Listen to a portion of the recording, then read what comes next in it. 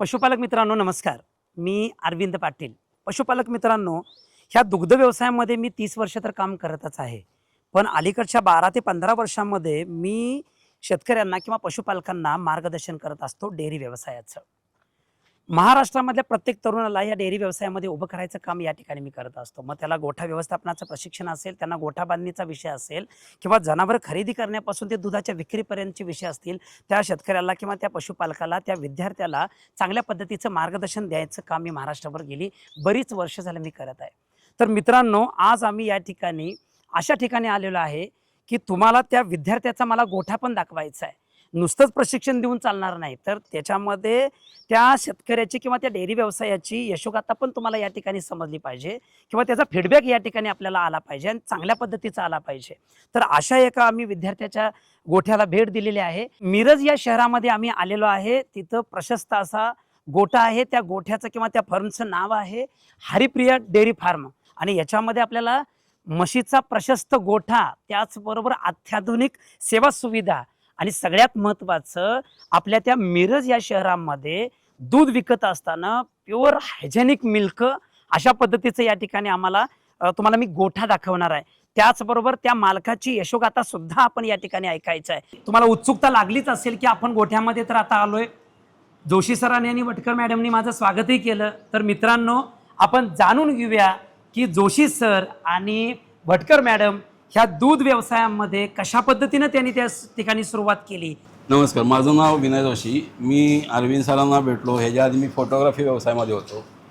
Photography व्यवसाय करत करत मनाला असं वाटलं की गोठा व्यवसाय करून बघावं आणि मग त्यानंतर अरविंद सरांची ओळख झाली आणि अरविंद सरांमुळं खूप काही गोष्टी समजल्या आणि मग धाडस करून म्हणलं की आता गोठा व्यवसायात आपण पडायचं आहे आणि त्यांचा आशीर्वाद घेऊन गोठा व्यवसाय चालू केला आम्ही. सुरुवातीला यातलं काहीच माहीत नव्हतं आणि नंतर मग जसं जसं अरविंद सरांबरोबर आम्ही डेव्हलप होत गेलो, त्यातल्या सगळ्या गोष्टी समजत गेल्या आणि आता हे जे सगळं उभा केलं आहे हे सगळं त्यांच्या आशीर्वादानं उभा केलेलं आहे आणि त्यांच्या मार्गदर्शनाखाली सगळं आम्ही आत्ता सक्सेस करत चाललेलो आहे. ॲक्च्युली हा व्यवसाय आम्ही सुरू केला पार्टनरशिपमध्ये. श्रेयसी मॅडम आहेत, वटकर मॅडम आणि आम्ही दोघात मिळून हा व्यवसाय सुरू करायचं ठरवलं होतं.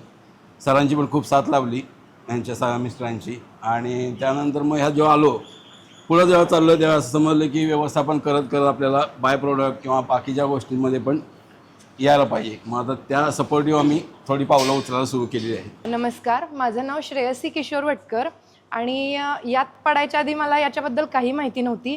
मी आधी कॉम्पिटिटिव्ह एक्झामची म्हणजे तयारी करत होते. मग नंतर सर जोशी सर आणि माझे मिस्टर यांची आयडिया होती सगळी. त्यानंतर मग आता कसं सुरू करायचं याचं काहीच नॉलेज नव्हतं. अरविंद सरांकडे आम्ही ट्रेनिंगला गेलो तर त्यांच्या इथं गेल्यानंतर सगळे मी एकटीच लेडीज होते, पण सरांच्या घरच्यांनी आणि सरांनी मला अजिबात असं म्हणजे मी एकटी आहे असं भासवू दिलं नाही. आणि मग तिकडे ट्रेनिंग घेऊन आल्यानंतर आम्ही मग सगळ्यांनी एक मिटिंग घेतली, माझे मिस्टर, सरांच्या मॅडम, सर. मग गोठा कसा उभा करायचा हे सगळं सरांच्या मार्गदर्शनाखाली झालं आणि सर म्हणजे आमचा आत्तापर्यंतचा आणि इथून पुढचा कम्फर्ट झोन असतील. मग आम्ही विचार केला की हे का करायचं, सगळं कशाबद्दल करायचं. तर आजकाल जे भेसळयुक्त सगळं बाहेर चालू आहे त्याच्यापासून कुठंतरी लोकांना चांगलं देता येईल का, हायजीन मेंटेन करता येईल का. उद्या आपली पण मुलं आहेत तर प्रत्येक घरात चांगलं दूध, चांगल्या गोष्टी सगळ्या गेल्या पाहिजेत. त्यासाठी आम्ही यात पडलो आणि या सगळ्यामध्ये माझे दीर आहेत, ते मदत करतात. सर तर आहेतच आणि माझा मुलगा आहे, आत्ता तो 12वीला आहे. तोही आत्ता बऱ्यापैकी म्हणजे यातलं सगळं करतो. मिल्किंग मशीन लावण्यापासून हातानं दूध काढायची वेळ आली तरी ते सगळं करतात. पॅकिंग करण्यापासून सगळं तोही स्वतः 4 वाजता माझ्यासोबत उठून येतो. तर अशा पद्धतीनं आमची सगळी फॅमिली आणि मूळ फॅमिलीचा अरविंद पाटील सर असं मिळून आम्ही हे सगळं आत्ता करतोय.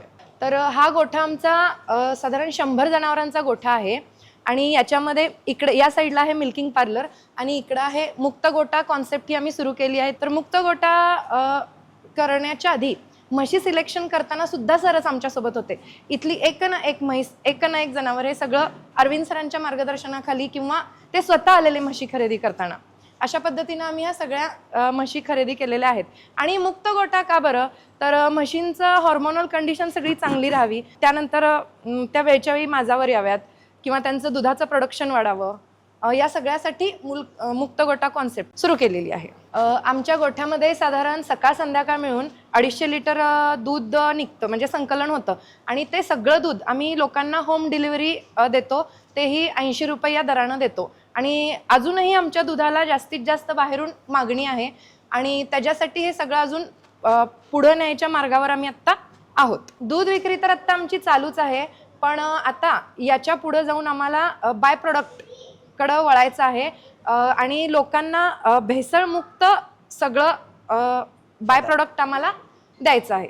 दूध व्यवसायातला होणारा खर्च म्हणजे भैयाचा पगार किंवा इतर खर्च हा जर आपल्याला आटोक्यात आणायचा असेल तर त्याला आपल्याला उपपदार्थ बनवण्याशिवाय पर्याय राहिलेला नाही आहे.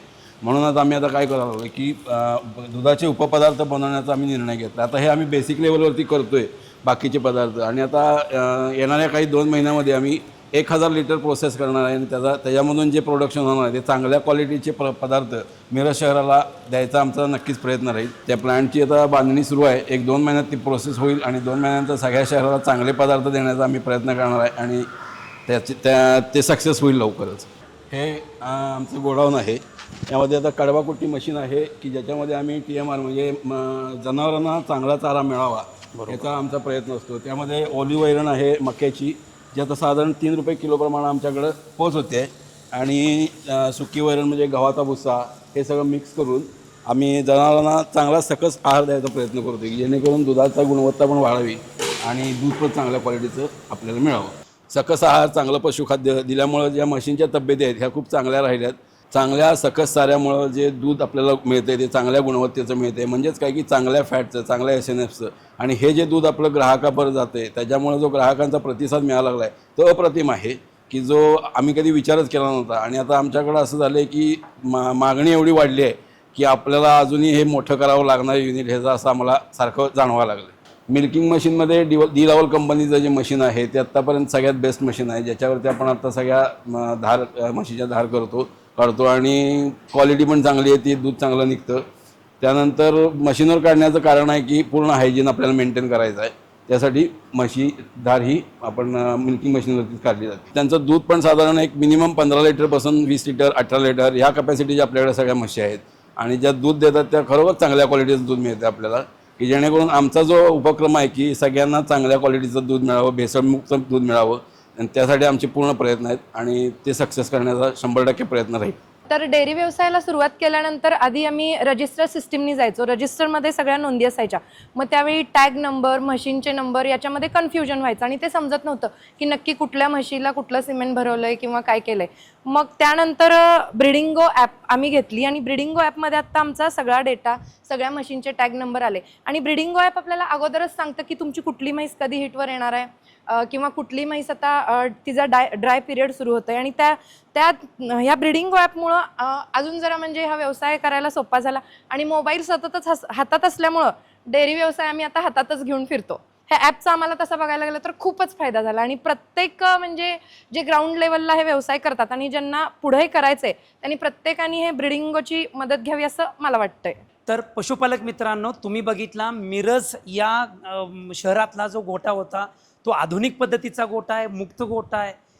त्यांची फॅमिली असेल किंवा त्यांचे जे काय पार्टनरशिपमध्ये तो दूध व्यवसाय कशा पद्धतीनं चालवला जातो हे सगळं तुम्ही या ठिकाणी बघितलं. खूप चांगलं विजन आहे. दूध शहराला पोच करायचं आहे, चांगल्या क्वालिटीचं गुणवत्तेचं पोच करायचं आहे. उपपदार्थसुद्धा त्या ठिकाणी हरिप्रिया डेअरी फार्ममधलं जे काय उपपदार्थ आहे ते सुद्धा मिरज शहराला द्यायचं आहे. म्हणजेच काय, आज सक्सेस रेटमध्ये हा गोठा आहे. खूप चांगला यशस्वी गोठा आहे, चांगल्या पद्धतीनं चाललेला आहे. तर अशाच यशोगाथा जे गोठे आम्ही करून दिलेले आहेत, अख्ख्या महाराष्ट्रभर आम्ही जे गोठे करून दिले आहेत त्यांच्या यशोगाथा आम्ही तुमच्यासमोर किंवा मांडत आहोत किंवा तुमच्यापर्यंत आम्ही पोहोचवणार आहोत. हा व्हिडिओ कसा वाटला जरूर या ठिकाणी आम्हाला कमेंटद्वारे कळवा. निश्चितपणानं डेअरी व्यवसायामध्ये उभं करायचं असेल तर पाठीमागच्या बाजूला मुक्त गोठा किंवा गोठा, तुमची फॅमिली, पुढच्या बाजूला प्रोसेसिंगचं युनिट आणि त्याच्या पुढच्या बाजूला उपपदार्थ विकणारं किंवा एक छोटंसं आउटलेट, अशा संकल्पनेतनं जर तुम्ही या ठिकाणी गेला, निश्चितपणानं आपला महाराष्ट्र अव्वल या ठिकाणी दूध व्यवसायामध्ये येणार आहे आणि आमच्या राज्यामध्ये डेअरी व्यवसाय खूप चांगल्या पद्धतीचा चालणार आहे. तर हा व्हिडिओ कसा वाटला जरूर कळवा. धन्यवाद. जय हिंद, जय महाराष्ट्र.